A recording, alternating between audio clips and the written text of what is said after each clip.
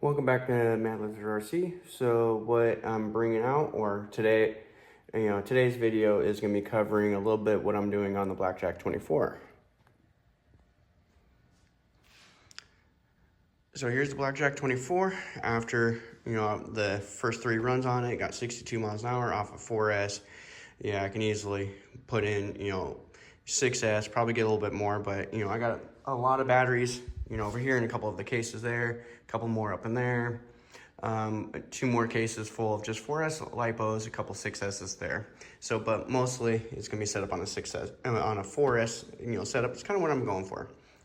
Now, I pulled the stuffing tube out right here and pulled it out. I wanted to kind of get the, see what the angle was on it.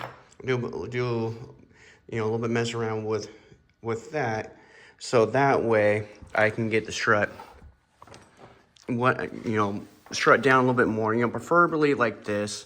So when it's on the water, like this. So basically it keeps the boat, at like a 3, in between like a 3 to 5 degree angle up, positive kind of angle on the front.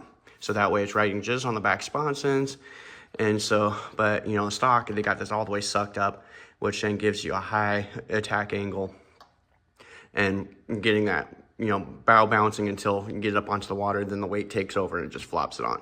But, that's just my theory of what it is. So, so kind of show a comparison. So I have right here is a Aquacraft Lucas oil set up for, racing, sporting, and stuff like that. It's been completely repainted, reworked all inside. So just quick kind of coverage, the setup inside. But anyways, so this is the strut right here. So you can kind of see I have a slight downward angle, maybe 1 degree on that angle there. But it's running kind of true and flat, so that way when this boat gets up and plane, it gets up and plane E quick and fast, and then it levels out and rides at about a 3 degree attack angle. So it lessens the chance of blowovers and makes it run nice and smooth. And, good boat, good performing boat. I wish, find one that's a little bit wider. I think I might know of a place. But anyways, so back to the Blackjack. So what achieving to do is, pull the brass tube out. I brought it over to my workbench, and, it's kind of, people could do this. You could do this with a 2x4, all kinds of stuff. But, over time, I've drilled tiny little holes in this workbench here, right into, the main 2x4 kind of framing here. So each one's different size, 8mm, 6mm, so I can do all my soldering connections and, put the bullet plug in there, solder and stuff like that. But also I have, different holes up in here too. So, which is perfect for like, stuffing tubes that you can, I can stick it into the table here, slowly manipulate it side to side, forward, backwards, and slowly, start making changes to the bend. So, the bend originally kind of came down and then we kind of bottomed out and it was sucked the thing up. So what I did is I slowly bent it to where this is the front side of the motor. So, coming out of the motor, I bent it down so it drops it down farther. And then when it gets kind of close to the bottom of the boat, then I bent it up. So then it comes out.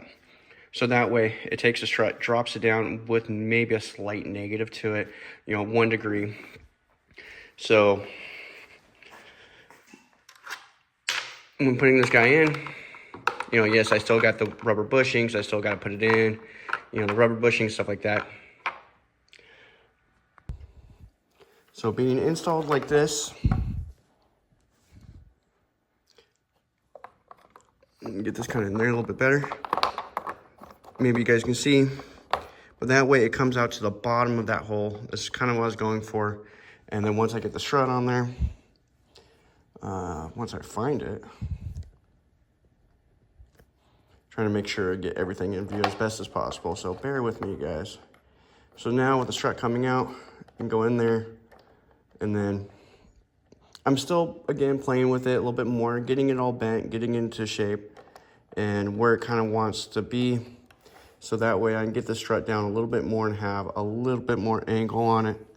As you can see, before it was stuck all the way up there. So now I got some movement to come down a little bit more. Give it a slight more negative on there, and I was going to give that a shot and see kind of how, how it does. So we'll kind of put the front grommet on there right now, get that into place.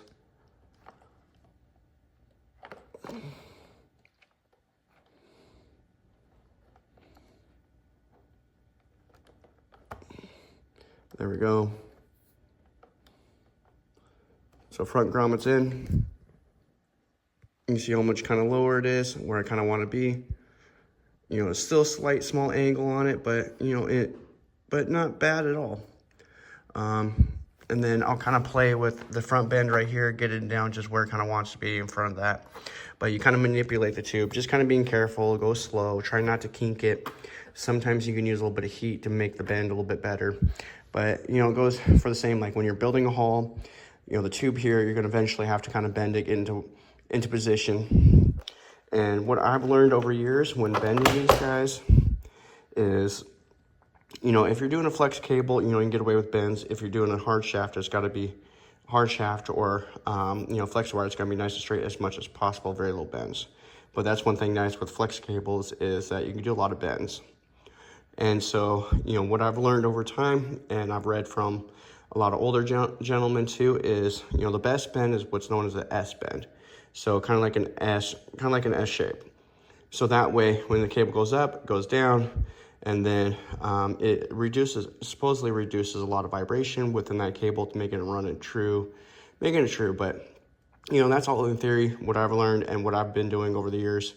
You know, right here, I got to take a little bit less, more bend out of it. You know, that's where the idea is coming with. So I'm going to get this kind of finished up here, and then I'll show you guys what it looks like. So after a few minutes of getting it all lined up, so, you know, we got the front. You can see it kind of comes through, bends down, and then about right in there, then it'll bend back up a little bit. So now, you know, we're coming out right there and then up to the table, you know, basically right there. Yeah, you know, it's got a slight, you know, downward angle, but it'll help keep the front end down a little bit more. And bring it closer to the bottom. But, you know, we're gonna, you know, run this right here where the strut position is at right now, and then we'll tweak it over time, kind of play with it, but we're gonna kind of see where it stands like this, and then rerun it one more time.